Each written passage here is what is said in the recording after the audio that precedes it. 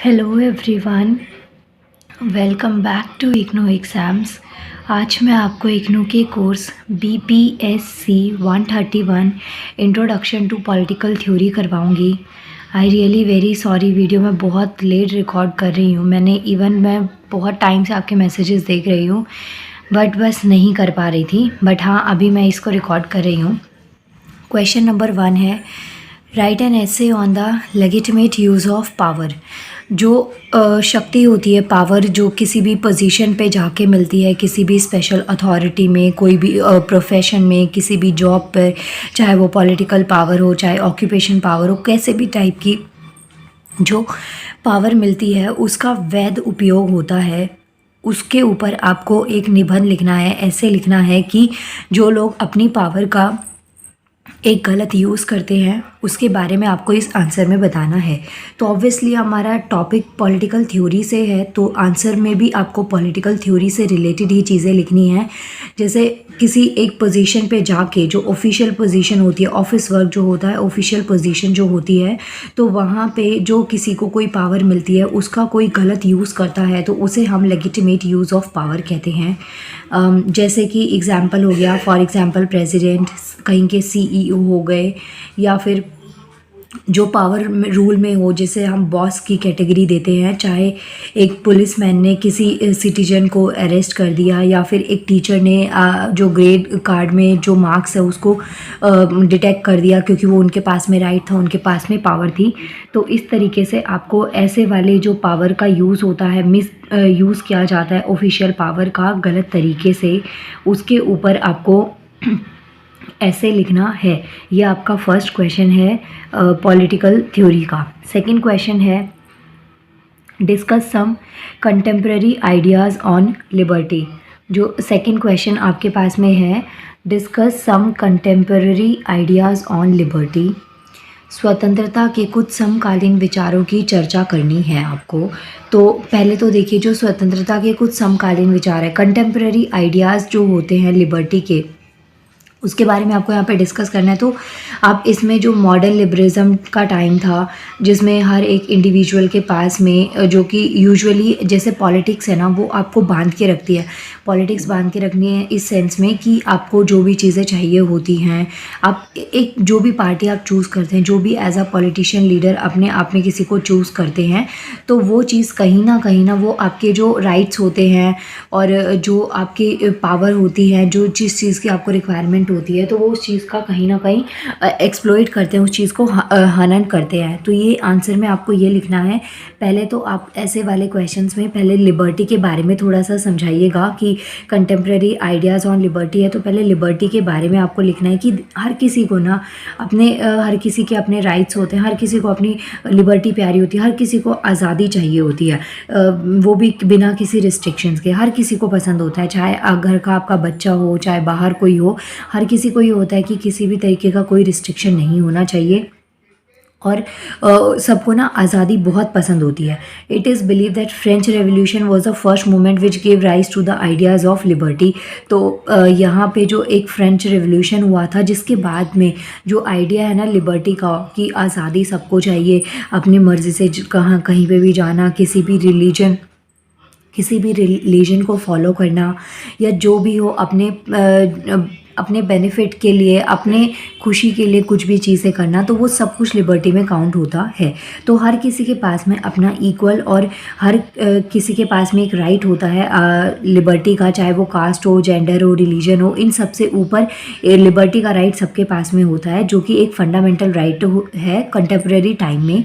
और लिबर्टी क्या होता है, हर एक इंसान के लिए मतलब ये होता है कि आप उसकी कास्ट को नहीं देख रहे, रिलीजन को नहीं देख रहे हैं, किसी भी तरीके से आप उन्हें रोक नहीं रहे हैं, तो वो चीज़ें आपके पास में इसमें आती हैं। और इसके अलावा जैसे कंटेम्प्रेरी आइडियाज़ में लिबर्टी पे आप ये भी लिख सकते हैं कि कोई भी इंसान है, उसे कहीं पे भी जाना है, चाहे सपोज़ एक लाइब्रेरी है जहाँ पे किसी पर्टिकुलर रिलीजन को जाने से रोक दिया जाए, तो ये चीज़ गलत होगा। तो ये बिल्कुल भी ऐसा नहीं होना चाहिए कि उनका कोई रिलीजन है, वो उस चीज़ के लिए आ गया है जो उन्हें करनी है या उनको कोई काम करने से रोके। बेसिकली जो कंटेम्प्रेरी का मतलब होता है उसमें ये चीज़ होता है जो सेम टाइम होता है प्रेजेंट टाइम से एग्जिस्ट करता है।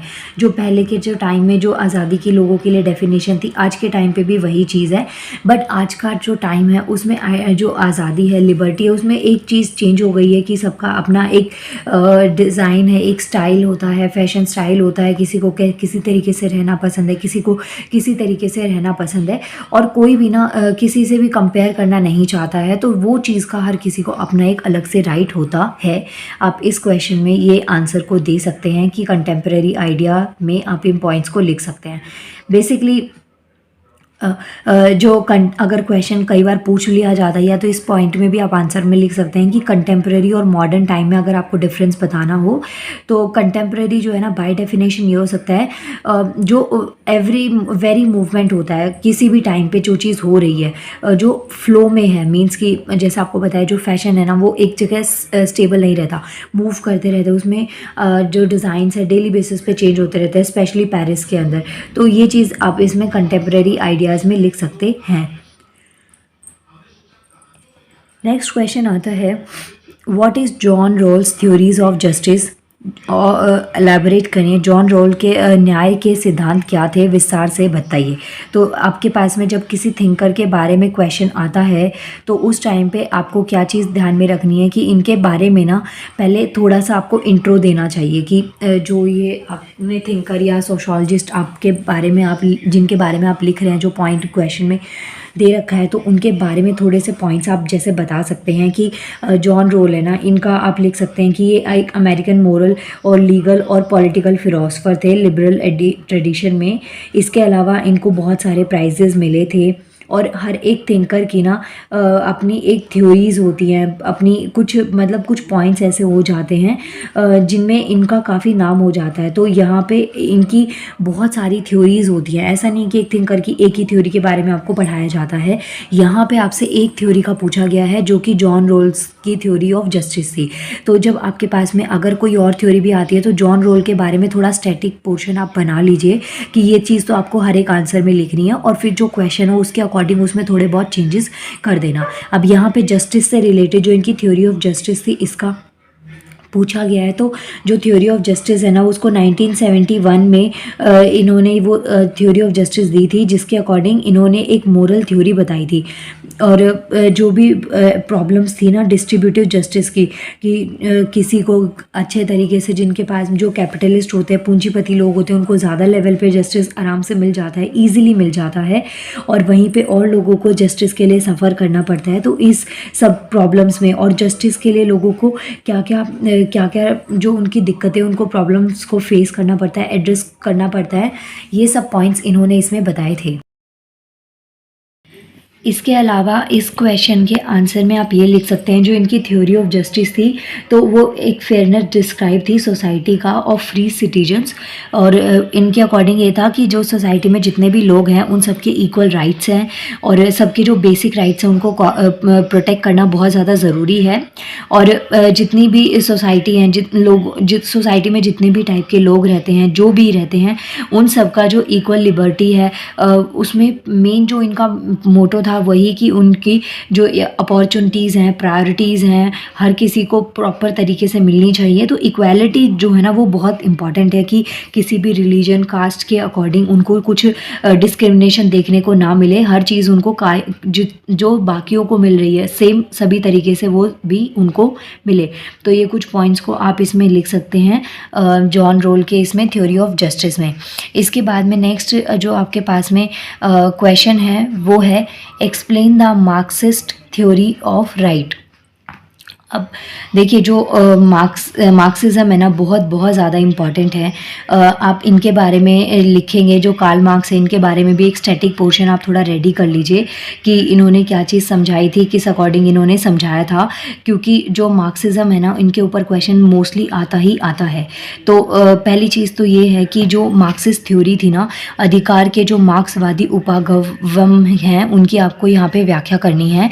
तो जो मार्क्सिस्ट थ्योरी है ना उसके कुछ एलिमेंट्स एलिमेंट्स आपको ध्यान में रखने हैं। तो पहला तो एलिमेंट इनका था पॉलिटिकल पावर, जो कि वर्किंग क्लासेस होती हैं, जो पोजीशन में पावर होती है, उनके पास में जो पावर होती है तो वो लिखेंगे आप पॉइंट। उसके अलावा जो पब्लिक ऑनरशिप होती है या जो डेमोक्रेटिक मैनेजमेंट होता है सोसाइटी मटेरियल्स का, जितने भी रिसोर्सेज होते हैं उसका जो पब्लिक ऑनरशिप होती है, जो कैपिटलिस्ट होते हैं, पूंजीपति लोग होते हैं जिनका हर एक प्रॉपर्टी पे राइट होता है या ऑलमोस्ट चीज़ों को वो लोग कैप्चर करके रखते हैं, तो ये चीज़ें इन्होंने समझाई थी। प्लस जो नेशनल प्लानिंग होती है या जो सब्सटेनियल डिग्री होती है इकोनॉमिक की, तो वो हर एक के बीच में उसकी इक्वालिटी होनी चाहिए। और जो high level of productivity force होता है वो बहुत इन्होंने इसके ऊपर भी वर्क किया था कि जो इन्होंने बेसिकली ये चीज़ बताई थी कि जो भी रिप्लेसमेंट करनी चाहिए कि जो प्राइवेट ऑनरशिप है ना उसको कोऑपरेटिव ऑनरशिप बना देना चाहिए।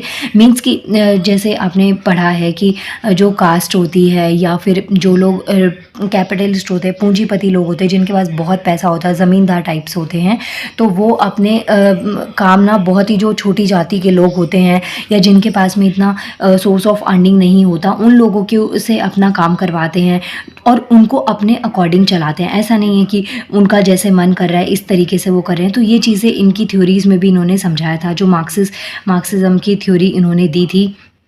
इसके अलावा 3 मेन थ्योरीज़ भी जो थी इनकी, वो भी आप इसमें लिख सकते हैं। जब आप कार्ल मार्क्स के बारे में बताएंगे ना, बेस आप एकदम स्टार्टिंग से करना कि कार्ल मार्क्स कौन थे, उसके बाद में आप स्टार्टिंग करना कि इनकी कौन कौन सी थ्योरीज़ थी, और फिर आप लिखेगा कि इनकी कुछ थ्योरीज़ में से, उन थ्योरीज़ में से जो कुछ फेमस थी उसके बारे में हमने काफ़ी पढ़ा है, और आज जो हम पढ़ेंगे वो होगी मार्क्सिस्ट थ्योरीज़ ऑफ राइट थी, तो उसके बारे में पढ़ना है। तो जो कार्ल मार्क्स थे वो एक जर्मन के फ़िलासफ़र थे। इन्होंने political economy, economist, historian, sociologist, मतलब कि हर एक इसमें ना काफ़ी हद तक इन्होंने अपना महत्वपूर्ण योगदान दिया है, काफ़ी कंट्रीब्यूशन इन्होंने किया है।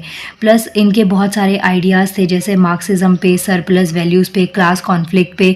क्लास कॉन्फ्लिक्ट और क्लास स्ट्रगल भी इसी का ही एक पार्ट है कि जो कैपिटलिस्ट लोग थे, जब गरीब जो लोग थे और जो पुअर लोग थे जिनके पास में ज़मीनें नहीं थी, दूसरों की जगह पे वो काम करते थे अपनी आपको सर्वाइव करवाने के लिए, तो वो जब उनको इस चीज़ का फील होने लगा कि हाँ उनके जो राइट्स हैं उनको एक्सप्लॉइट किया जा रहा है, तो उस टाइम पे ये क्लास कॉन्फ्लिक्ट ऐसी वाली सिचुएशंस काफ़ी हद तक आने लग गई थी, क्योंकि इन्होंने उस चीज़ के ऊपर काफ़ी हद तक वर्क कर दिया था। इन्होंने ये समझाया था कि हाँ जब उन्हें राइट का अपने, देखिए कभी भी ना तब तक किसी को आप एक्सप्लॉइट कर सकते हैं जब तक उसे ये चीज़ नहीं समझ में आती, लेकिन जब किसी को अगर आपकी वो बात समझ में आती है कि आप किसी को दबाने के लिए सब कर रहे हैं, तो उस टाइम पे ना लोग अपने अधिकारों के लिए सवाल उठाना स्टार्ट कर देते हैं और उनको कुछ ना कुछ हद तक वो उनसे लड़ने का ट्राई करते हैं, और फिर ऐसी सिचुएशन में क्लास कॉन्फ्लिक्ट और स्ट्रगल जैसी प्रॉब्लम्स आपको देखने को मिलती हैं। नेक्स्ट क्वेश्चन आता है, distinguish between procedural and substantive democracy. Question है, प्रक्रियात्मक एवं मूल लोकतंत्र के बीच में आपको अंतर स्पष्ट करना है।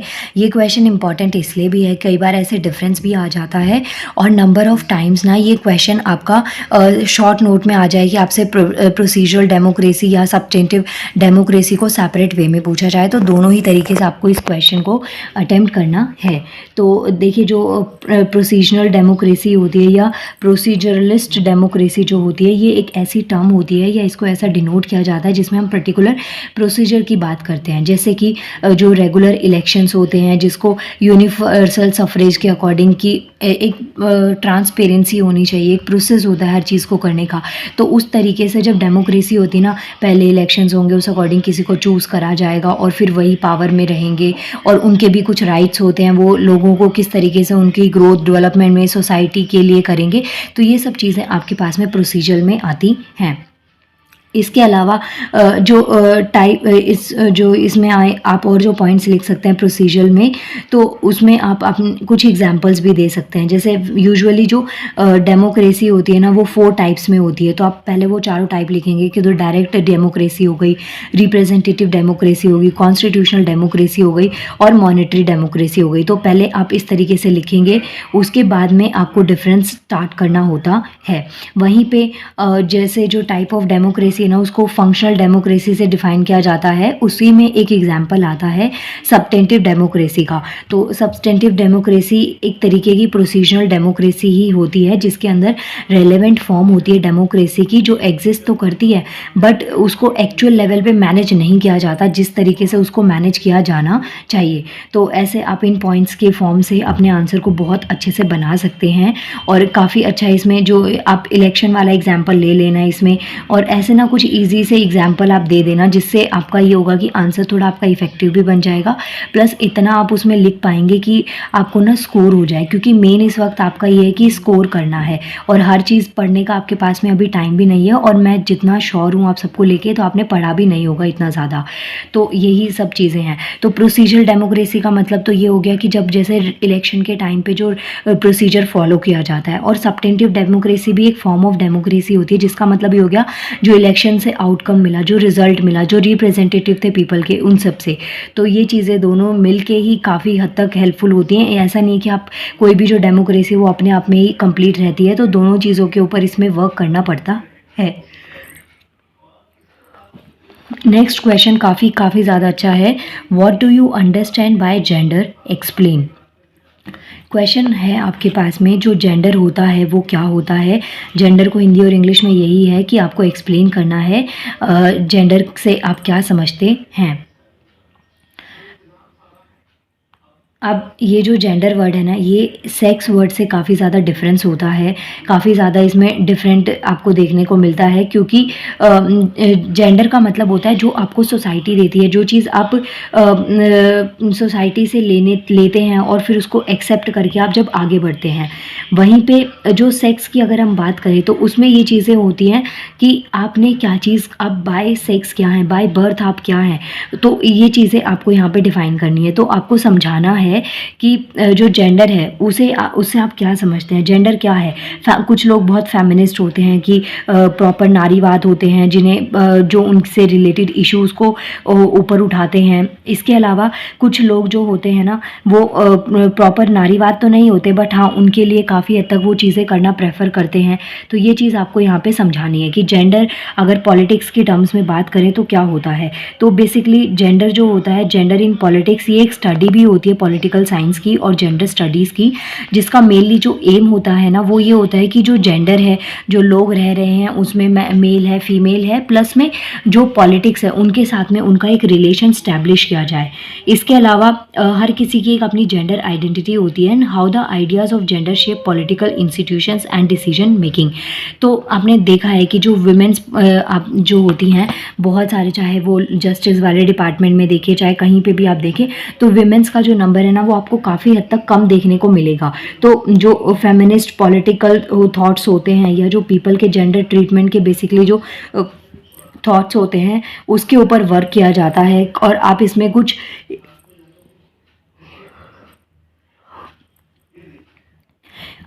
कुछ एग्जाम्पल ऐसे हिस्ट्री से रिलेट करके भी दे सकते हैं कि जैसे बहुत टाइम पे 1960s में, 1970s में और by the mid of 2000s जो जेंडर कोहेरेंट है ना ये एक पॉलिटिकल साइंस का काफ़ी वास्ट सब्जेक्ट बन गया। इसमें लोगों ने काफ़ी वर्क किया, तो ये सब पॉइंट्स आप इसमें लिख सकते हैं। प्लस इनका स्कोप क्या हो सकता है, वर्क और इंस्टीट्यूशंस क्या क्या हो सकते हैं, तो ये सब पॉइंट्स आप अपने आंसर में लिख सकते हैं। सॉरी मेरी आवाज़ बहुत, मतलब मेरा गला बहुत दर्द कर रहा है, लेकिन बस मैं थोड़ा ट्राई कर रही हूँ कि ये कंप्लीट कर दूँ। बाकी देखिए ये क्वेश्चंस मैंने आपको दे दिए हैं, आप इनसे रिलेटेड थोड़ा थोड़ा पोर्शन ना रेडी करके जाना एग्ज़ाम में। फर्स्ट क्वेश्चन एक बार फिर से, right an essay on the legitimate use of power. तो फर्स्ट क्वेश्चन हो गया। सेकेंड क्वेश्चन है discuss some contemporary ideas on liberty, and third one is what is John Rawls theory of justice, उसको elaborate करना है। Fourth question है explain the Marxist theories of right। Number 5 is distinguish between procedural and substantive democracy। Number 6 is what do you understand by gender, explain। तो ये कुछ questions आपको दिए हुए हैं और नाउ मिलते हैं नेक्स्ट वीडियो में। आप सबके एग्ज़ाम के लिए गुड लक और थैंक यू सो मच।